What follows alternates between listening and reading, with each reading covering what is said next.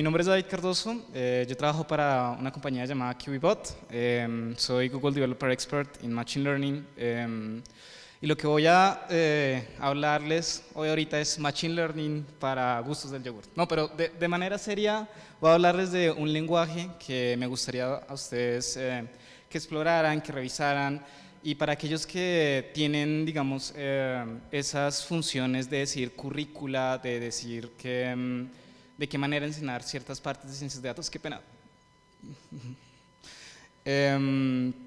Este es un lenguaje que se ha puesto mucho énfasis en tratar de resolver problemas de eficiencia, de enseñanza, y tratar de meterlo todo en una sola base de código. Entonces esto es lo que les voy a hablar hoy. ¿Cuántos usuarios hay de Julia? Hay docenas, hay 12, pero es un lenguaje que lleva 2 años de desarrollo, y lo que tratamos de en este momento resolver es por qué la necesidad de otro lenguaje. Entonces la necesidad es esta nueva área de la inteligencia artificial científica, y es mezclar estos dos dominios nuevos en esta área, que es el Machine Learning y el Domain Power Modeling. Una de las críticas muy grandes del aprendizaje de máquinas es la interpretabilidad. Si vos estás trabajando con datos de usuarios, poder darle a entender a los usuarios por qué cierto algoritmo está tomando esa decisión es extremadamente importante. Y esta área está combinando estas dos cosas, de tratar de darle un poco de interpretabilidad a nuestros modelos y tratar de hacer, bueno, el poder de predicción del aprendizaje de máquinas. Este slide entonces recuenta por qué tengo que aprender otro lenguaje. Cuando yo estaba estudiando aquí en la Universidad de los Andes y era profesor asistente de la clase de herramientas computacionales en física, y este era el currículo. Teníamos NumPy para álgebra lineal. Entonces uno empezaba a introducir, bueno, esto es Python, si vas a hacer cosas científicas, numéricas con álgebra lineal, empezamos a utilizar NumPy. Después de todo eso decíamos, bueno, ya tienes las suficientes bases para hacer álgebra lineal, vamos a hacer métodos estadísticos, entonces aprenda R, ¿cierto? Y ya después de cuando uno dice, bueno, tengo un montón de datos y tanto NumPy y las cosas estadísticas que necesito sacar son extremadamente lentas, entonces impleméntelo en C. Y al final utilicé Bash para hacerlo. Entonces, aquellos que estudiaron física, por aquí veo varios, se darán cuenta que el proyecto final era tener un makefile gigantesco con un montón de cosas que llamaba NumPy, Python, R, dependencias de Matplotlib, un montón de cosas, y pues al final de cuentas se veía como una máquina de Rube Goldberg. ¿Esto en qué se refiere? En que la situación de hace un par de años clasifica los lenguajes en una dicotomía, y pues esto es todavía muy controversial. Sé que algunos de ustedes, especialmente los fanáticos del lenguaje, me van a regañar por decir esto, pero existe una gran división de dos lenguajes, y es conocida como la dicotomía de Osterholt. Uno en que tiene los sistemas de lenguaje, que son que tienen funciones estáticas, que son compilados, que tienen tipos, que uno define los tipos del usuario. En C pues uno define un struct, qué funciones uno llama. Entonces aquí estaría C, Rust, todos esos lenguajes que uno considera difíciles. Y están los lenguajes de scripting, que son dinámicos, no son compilados, son interpretados, es decir, se va leyendo y se van dispatchando las operaciones, y tiene uno tipos estándares, y pues aunque uno tiene nociones de clases de objetos, al final de cuentas se reducen a los tipos estándares, que está entonces Python y R. Entonces, claro, uno empezaba a decir, bueno, tengo un problema de aprendizaje de máquinas, tengo un problema de estadística, tengo un problema computacional pesado, pivoteemos, desarrollemos un MVP product con Python y con R, y si nos estamos dando un poco la velocidad, páselo a C. Y pues uno no puede transferir todas las mañas y los truquitos que uno tiene de Python y R en C, porque uno empieza a decir, uy, ¿cómo así que un pointer? Uy, ¿cómo así que una referencia no nula? Uy, ¿cómo así que crashé el sistema?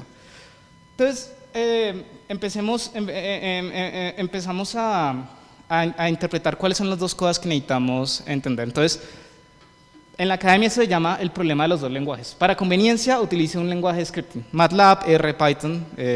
Yo también aprendí Machine Learning utilizando scripts de MATLAB, cosa que pues es difícil de aceptar. Hacemos las cosas difíciles en C, C++ y Fortran. Mis compañeros de física creo que se habrán dado cuenta que todo lo de altas energías está en Fortran, y yo creo que Hay partes que el man que escribió eso de Fortran, que solamente él entendía, ya está muerto, entonces ni idea de entender ese código. Y pues esto es muy pragmático para hacer aplicaciones. Parce, las cosas difíciles no deberían tener un lenguaje fácil, no deberían ser, pues, o sea, si las cosas difíciles debería tener la herramienta mucho más fácil para hacer.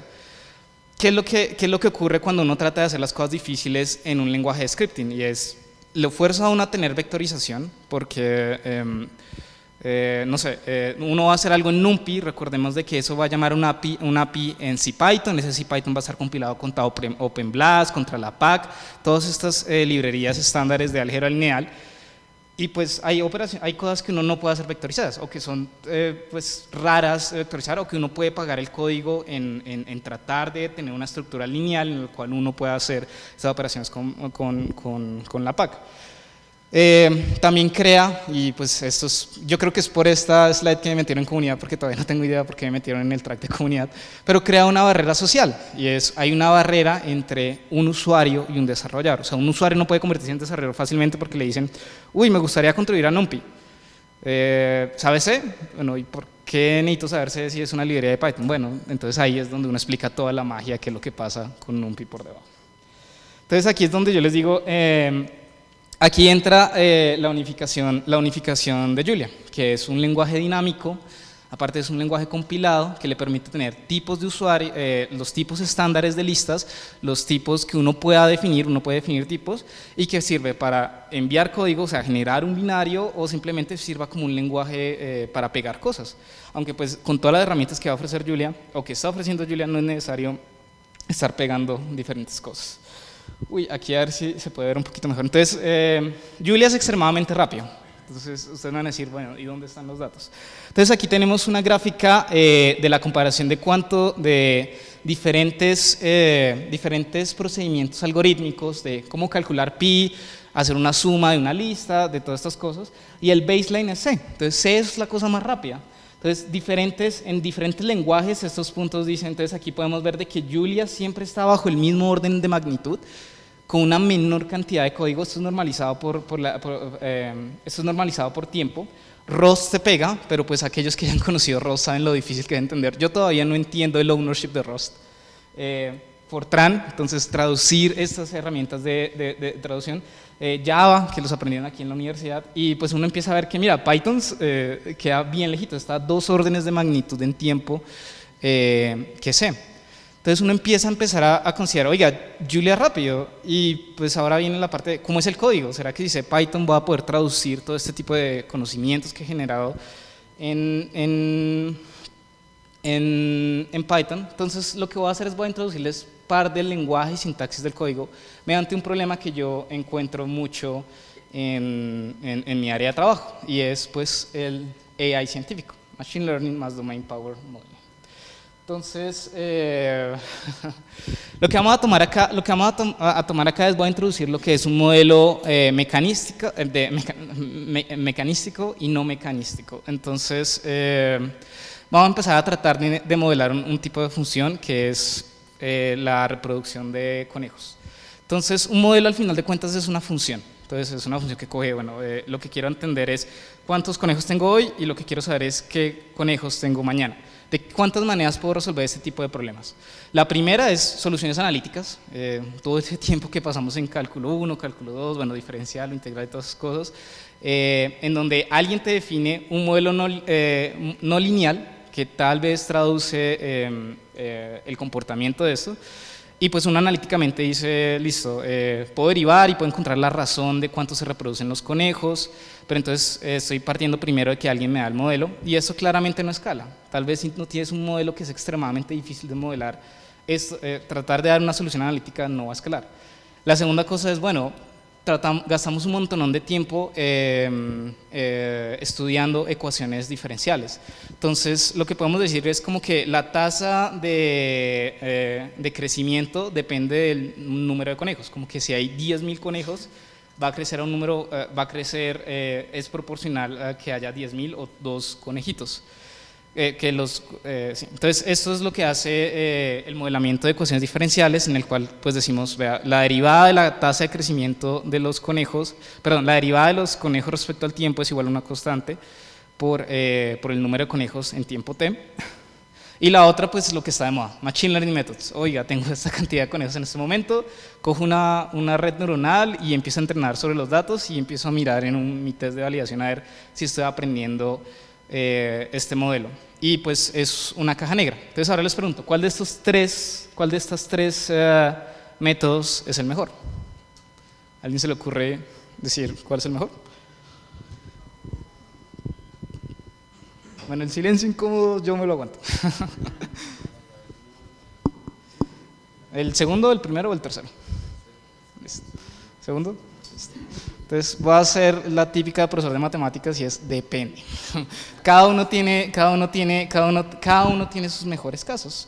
Entonces los mechanistic models entienden la estructura, podemos extrapolar de datos. Entonces, digamos, Albert Einstein desarrolló las ecuaciones de los hoyos negros o sea, décadas antes de que tuviéramos validación experimental o hubiéramos podido tener un sensor que pudiera medir ese tipo de cosas. Entonces podemos interpretarlos.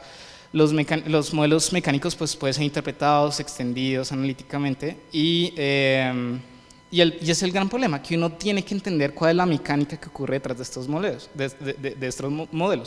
Entonces la data va por una gran cantidad de expertos y estos expertos le dicen, esa vaina es, no sé, tiene crecimiento Lotka-Volterra, o eso es lineal, o eso en ciertas ventanas de tiempo es lineal. Entonces la data va por los expertos, por un humano, y él trata de sacar el modelo. Y hace 20 años era la manera de obtener un PhD, digamos, en el área en que yo trabajo de visión por computadora.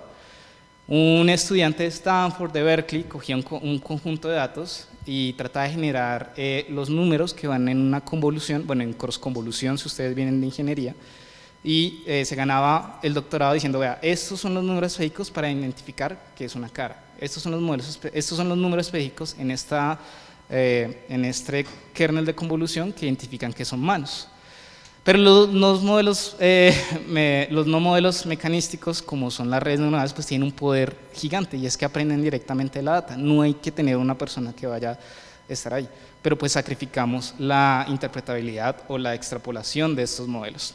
Entonces, pues ninguno es mejor que ellos, ambos tienen las ventajas y lo que quiere hacer la comunidad de Scientific AI es combinar estas dos cosas.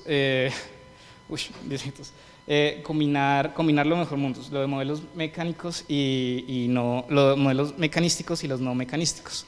Entonces, ¿para ello qué es? Entonces, aquí les muestro una red convolucional que está basada, que es a donde yo trabajo, donde utilizamos para aprender a manejar un carro autónomo. Entonces, uno podría decir, bueno, es que las redes neuronales no son ¿de dónde traen el poder las redes convolucionales para entender detección de objetos y estas cosas? Y es que si uno puede cambiar la vista y uno puede decir que las redes convolucionales simplemente es una asunción de estructura, es una asunción de que si tus datos se pueden organizar de una manera grid, o sea, de una matriz, y pues son invariantes a rotaciones, a traslaciones, la convolución es una muy buena idea. Y entonces esto es parte de lo que inicia la rama del modelamiento de Scientific AI. Es, ok, hay una asunción acerca de las datas, cuál es el procedimiento y cuál es la asunción que puedo tener para estos métodos. ¿Por qué le echamos redes neuronales a todo? Entonces hay un teorema, no lo voy a pasar porque me quedan como 10 minutos, y es el teorema de aproximación universal, y es que las redes larga historia corta, las redes neuronales pueden aprender cualquier función de RN a RM y pues son densas en el espacio de funciones, o sea que la diferencia entre cualquier función y lo que ellas pueden aprender tiene conjunto de medida cero. Larga historia corta, las redes neuronales son simplemente expansiones de funciones. Pueden utilizarla como las funciones de Taylor en la aplactividad, que son buenas para computar pero malas para análisis. Esto que empieza a traer, vamos a estudiar algo que se llaman las ecuaciones diferenciales latentes o las ecuaciones diferenciales neurales. ¿En qué funciona esto? Entonces, supongamos que todavía estamos tratando de modelar el crecimiento de personas. Entonces, aquí es, bueno, lástima que no se vea tan bien, Pero aquí lo que yo quiero ver es que este código es extremadamente igual de pitónico. Bueno, si utilizan TensorFlow, pues es cero parecido a TensorFlow, pero es extremadamente pitónico. Y lo que estamos tratando de hacer acá es tratar de decir, bueno, si f es la ecuación diferencial que me está modelando mi crecimiento de conejos,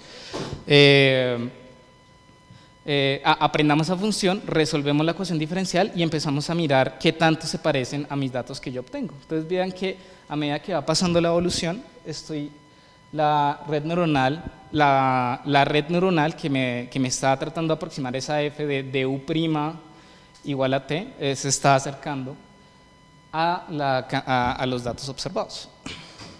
¿Cómo podemos ver que eso es válido? Porque me puedes decir, oye, pero ¿cuándo sabes que la ecuación diferencial ha aprendido la dinámica del sistema? Somos ingenieros, somos matemáticos. Podemos empezar a preguntarnos, bueno, esta función, digamos, aquí lo que yo traté de hacer era cuál es la versión aprendida de las ecuaciones diferenciales ordinarias de Lotka-Volterra. Y la función aprendida, vean que empiezan a tener la misma ciclicidad, los mismos puntos de bifurcación. Entonces ahí yo puedo decir, oiga, la red neuronal ha aprendido exactamente la dinámica del sistema. Cosas que entonces que se pueden hacer es, no tire la estructura, no necesariamente tienen que decir, estoy resolviendo una ecuación diferencial y de un punto a otro voy a cambiarlo por redes neuronales. No, lo que uno puede hacer es, coja un pedazo de una red neuronal de UDT, con un pedacito. Si usted tiene un término que no conoce, reemplácelo por una red neuronal si puede conseguir datos y el otro lo resuelve como un término constante o con cualquiera de los métodos que ustedes han visto en la universidad. Entonces aquí lo que trata de definir es, vean que el código es extremadamente simple y a Julia le permite escribir este tipo de redes neuronales en una sola línea igual de velocidad que TensorFlow. Entonces, si ustedes ven el código es extremadamente similar a lo que es Python. Y Julia te va a ayudar porque te trae todas las cosas de álgebra lineal como primitivas del sistema, como únicas al lenguaje. Ahora me pueden decir, listo, en Python, ¿cuánto tiempo me queda? En Python, entonces, es muy probable que si tú tratas de implementar esto en Python, vas a estar limitado por el procesamiento paralelo o el procesamiento dinámico del acelerador que tengas del computador. Eso puede escalar a diferentes problemas porque ya me puedo traer, miren que si tengo una aceleradora gráfica como una GPU, voy a tener arreglos de CUDA. Entonces, así como ustedes traen NumPy para traerse NumPy Arrays, en Julia lo que puedo traer es CUDA Arrays y por debajo el intérprete lo que va a hacer es asignar el intercambio de datos entre el host y la GPU. Entonces, uno puede hacer, esto digamos es la definición de una ecuación diferencial ordinaria utilizando aceleración de ODE. Es decir, ustedes me pueden pasar una gran cantidad de datos para tratar de modelar esto. Esto lo va a poder correr en una tarjeta de NVIDIA o de tal cosa, utilizando un código que es extremadamente muy pitónico y se puede escalar. Tiene muchos datos, pues me compra más GPUs. Eso no es tan difícil. Y también pues traemos todas las herramientas de matemáticas numéricas. Esto lo puedo resolver por Newton-Krylov. Puedo traer que si la matriz es condicionada a utilizar GMRS, hacer análisis de adjuntas. Y aparte de eso tengo diferenciación automática. Entonces, aquellos que estuvieron en el taller de diferenciación vieron que teníamos que hacer mucho, bueno, no tengo un tablero, pero vieron que tenían que calcular coger un vector y avanzar, evaluar el del frente contra el de atrás y evaluarlo sobre el 2H. Si ustedes tienen que derivar una función, tienen que calcular esas derivadas numéricas, pero con diferenciación automática ya no es necesario. Obtienen el mismo valor, o sea, obtienen un valor numérico que es equivalente al simbólico en O de 1 tiempo. Y lo que pueden hacerlo es extremadamente simple. Definición de función, este operador es el que ustedes conocen como element wise. Lo mando a la GPU. Puedo empezar estos parámetros y me puedo traer la ecuación diferencial ordinaria. Entonces puedo literalmente volver la ecuación diferencial ordinaria un problema de redes neuronales. Pero ya, redes neuronales es viejo, redes neuronales, perdón, ecuaciones diferenciales ordinarias es viejo, es completamente estudiado, entendido. Movámonos a una área un poquito más moderna. Empecemos con las ecuaciones diferenciales estocásticas. Cuando nos definimos a las ecuaciones diferenciales estocásticas es que uno de los términos es estocástico y pues uno puede tener problemas de este estilo, que la derivada es dada a cierta función, que esta parte es determinística y la otra es estocástica.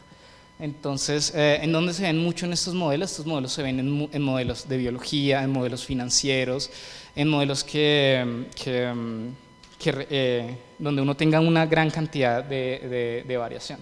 Entonces, digamos, uno puede tener esta cantidad de datos que son modelados. Entonces, por una parte tengo la función determinística y la otra la estocástica, y uno puede pasar por Julia automáticamente y hacer resolver este tipo de ecuaciones. ¿Con qué librería? Entonces, voy a pasar un poquito de tiempo que voy un poquito rápido.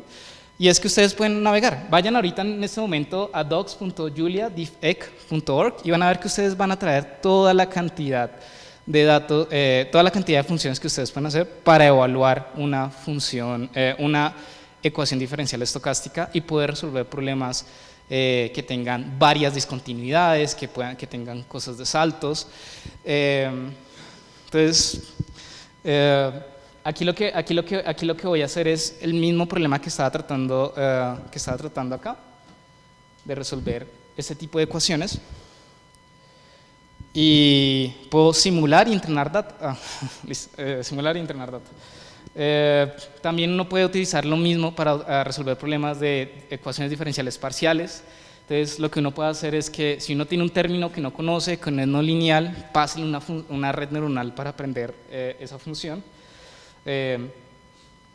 Bueno, esta es la versión corta en donde uno dice, bueno, DUDT sigue esta misma estructura completamente. Y pues uno puede traerse todas las herramientas de ecuaciones diferenciales ordinarias, los ROC methods, si sean stiff o no sean stiff, si son métodos de segundo orden o de primer orden. Y este es el estado actual. Podemos entrenar todo el abecedario que a usted se le ocurra de ecuaciones diferenciales. ODIs, ecuaciones diferenciales ordinarias, estocásticas, que tengan saltos, que tengan ecuaciones diferenciales parciales con redes neuronales, ecuaciones discretas, y difffq, la librería que les acabo de mostrar, es la única librería que puede manejar redes neuronales combinadas con ecuaciones diferenciales y aparte de eso que sean stiff, es decir, que tengan un componente numérico sensible. Cosas que hay por hacer y que los invito mucho a trabajar es, las ecuaciones diferenciales parciales todavía son un problema, todavía no podemos hacer ese manejamiento automático de darle recursos a la GPU y quitárselos. Y pues discontinuidades con rates muy bajitos es todavía muy difícil. Entonces los invito a ello. Hay una diferente combinación, esto lo voy a pasar por la cantidad de tiempo. Digamos, cuando uno va a resolver la ecuación de Navier-Stokes es totalmente difícil. Entonces lo que hacen generalmente es cambiar este término que no es lineal y no semilinearizar este método y tratar de resolverlo, y donde uno pasa un montón de horas al tablero tratando de linearizarlo. Pero lo que uno puede hacer es, ¿sabe qué? Ese término lo voy a cambiar por una red neuronal y voy a generar los datos con simulaciones a baja escala. Esto fue un paper de hace un año de Chris Rucas, un profesor de la Universidad de California en San Diego. También entonces con eso, esto es de hace unos meses, alguien encontró de que es posible de que las ecuaciones diferenciales ordinarias neurales sean una representación de bajo nivel de las redes neuronales recurrentes. Entonces todo lo que vieron de análisis de sentimiento, interpretación de texto, se puede interpretar como una red neuronal y aparte de eso va a tener un bajo memory footprint en ello. Bueno, no me va a tomar mucho tiempo, pero también uno puede resolver problemas de este estilo. Digamos, vamos a hacer control óptimo. Entonces, estas son las ecuaciones estas son Lorca-Volterra. ¿Qué pasa si yo te doy alfa y beta? ¿Serás capaz tú de darme beta y gamma tal cual que el total de la población quede entre 0 y 6? Y lo que uno puede utilizar es implementar una red neuronal donde uno de los parámetros es random y modificar y hacer simulaciones para el punto de que uno le tira este random, qué tanto afecta este tipo. Y es la combinación entonces de control con redes neuronales. Y pues la data es infinita. Puede que en el primer step no le ha dado, vean la modelación, pero ya a partir de eso yo puedo estar generando datos aleatorios y puedo adaptarme a ellos completamente. ¿Cómo ensayar Julia? Hay varios recursos. La página de Julia le invito a que a los visites, julialang.org. Aquellos que utilizan Docker, esta es una gran diferencia con Swift. Pueden cargar un container totalmente rápido y iterar sobre un contenedor.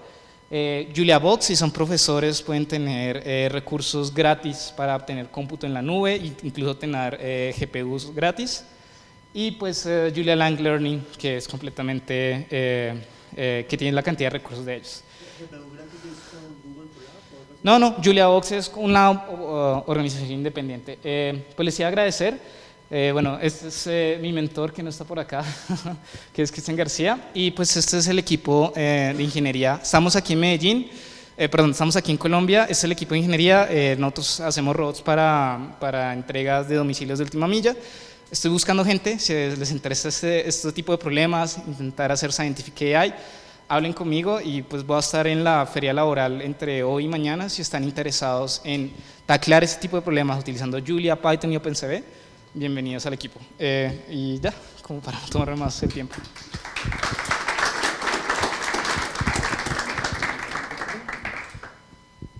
Ok, gracias David. Para la cuestión de preguntas, por favor, alcen la mano y yo voy a llevarles el micrófono, por favor, porque la grabación.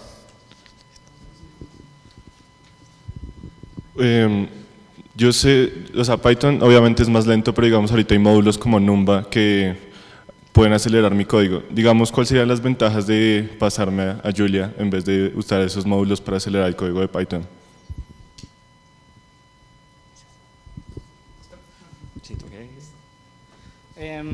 ¿Cuál es la técnica de Julia? ¿Cuál es la técnica de Numba? Es tracing y just in time, ¿cierto? Entonces lo que uno está haciendo con Numba es que uno tiene el código de Python y uno está traqueando las variables y dice, bueno, este A es numérico float 64 y va traciendo y apenas tú necesitas una función que necesita ser despachada, no sé, tú defines def, función x tal cosa, él genera código con los tracing sabiendo la variable. El problema cuál es en Python es que tú puedes llegar y decir A igual a un string. Entonces cambias de flotante a un string, entonces le toca hacer el tracing diferente, porque tú puedes hacer algo con el string y él va asociado a la referencia de A. Entonces, pues Julia tiene Numba tiene una implementación muy bacana de cómo hace ese tracing para que sea eficiente, pero en Julia no está ese problema porque los tipos, mira que los tipos, aunque son opcionales, aunque cada una de estas referencias son opcionales, al final de cuentas, cuando uno va a generar el código que despacha al procesador es estático. Uno siempre puede asegurar de que cierta variable va a ser de cierto tipo. Entonces, en Julia, en Numba va a tener el problema de que pues, Python, por ser dinámico, va a poder cambiar esa referencia va a poder cambiar a ser cualquier user type, a cualquier diferente type. En Julia, como es just in time y uno puede ver como el árbol a nivel del compilador, lo que hacen estos genios del compilador es, apenas que tú vas generando código, pum, te va despachando diferentes versiones de la función, cosa que no puede hacer Numba por el dinámico de Python. ¿Me he entendido? Listo. Dar la vuelta. Allá primero.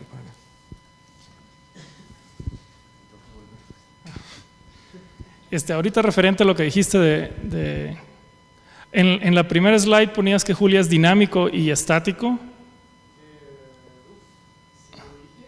Bueno, no. O quizás ahí. Dynamic and compile, eso. ¿Cuál es lo dinámico de Julia? Julia no te forza.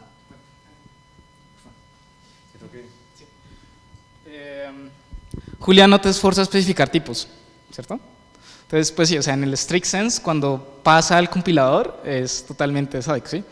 Pero Julia no te toca hacer tipos y ellos resuelven este problema del dinamismo, es que cada variable tiende a ser parametrizada. Entonces, digamos, en el peor de los casos, una variable puede ser de tipo any, ¿sí?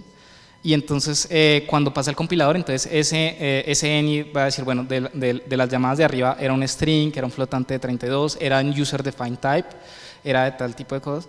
Pero entonces, como tú lo escribes, está siendo dinámico, ¿sí? Como lo ve el compilador en mitad de la ejecución. Entonces me voy a meter un poquito más en los detalles, pero Julia despacha código LLVM. Cuando va a hacer ese dispatch, pues todo es estático, o sea, como que el código que tú escribiste transforma una representación que es totalmente estática, y eso lo hace el compilador por debajo, sin overhead de tiempo, y despacha funciones LLVM. ¿Sí? ¿Queda claro o listo? Allá. ¿Y después? Hola, buenas tardes. Bueno, no había escuchado de Julia, me parece interesante, pero me gustaría saber si de pronto cuenta con algún framework web o algo que esté, no sé, un Django parecido a lo que tiene Python.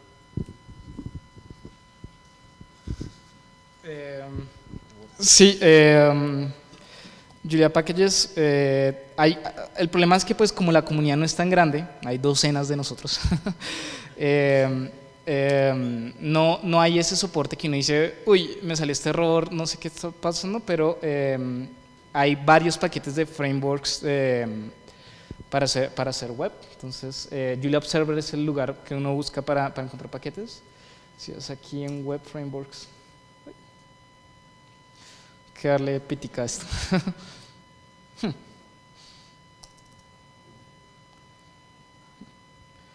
A ver si lo vemos mientras sale.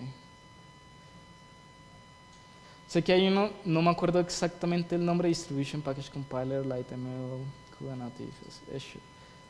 Ya, Azure, Composite Web UI. Y hay uno web bacano, tiene un nombre todo. Big Energetic Models.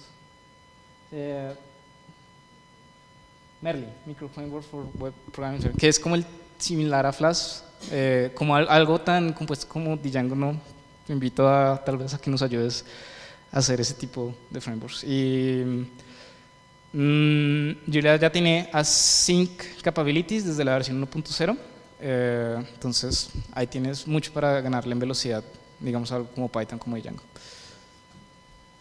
Listo. Última pregunta, porque tenemos que refrigerar. Menos mal. Gracias, David. Mi pregunta es similar, si hay algún framework que soporte redes neuronales para Julia y si no lo hay, pues qué tan conveniente es que pues usarlo para Machine Learning, ¿no? Sí, pues el framework es Flux. Literalmente de Flux te traes cosas como Change, Dense, tal cosa.